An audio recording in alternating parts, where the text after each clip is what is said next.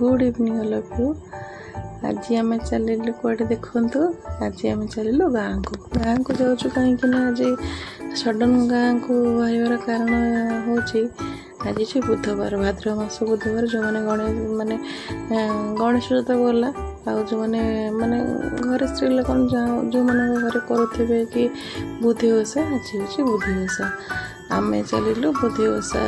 गाँव को देखो गुरु की डांस चली माने गाड़ी डैडी गीत लगे से किजोर डांस कर देखु आज चलू बुद्धि ओषा गाँव को सडन बाहर की चलू कहीं जीवार ना सडन प्लानिंग है से आम गाँव को चलू आवे देखु जाऊँ 5टा पाखापाखि भी हो गला आमको शीघ्र जा संध्या पूर्व पहुँची जबार अच्छी गाँव में सडन बाटर देखागले आमर गणपति बापा मोरिया गुरु और बागुल देखिए बहुत खुशी मत भी बहुत खुशी लगे देखो प्रोसेसन लेकिन जाऊँच से गणेश को फूल न पकई रोड को फूल पकाउं है आम देखिकी एंजॉय करके चलू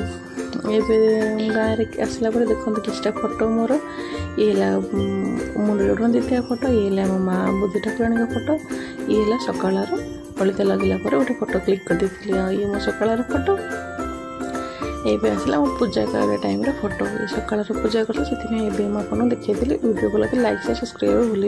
जय जगन्नाथ।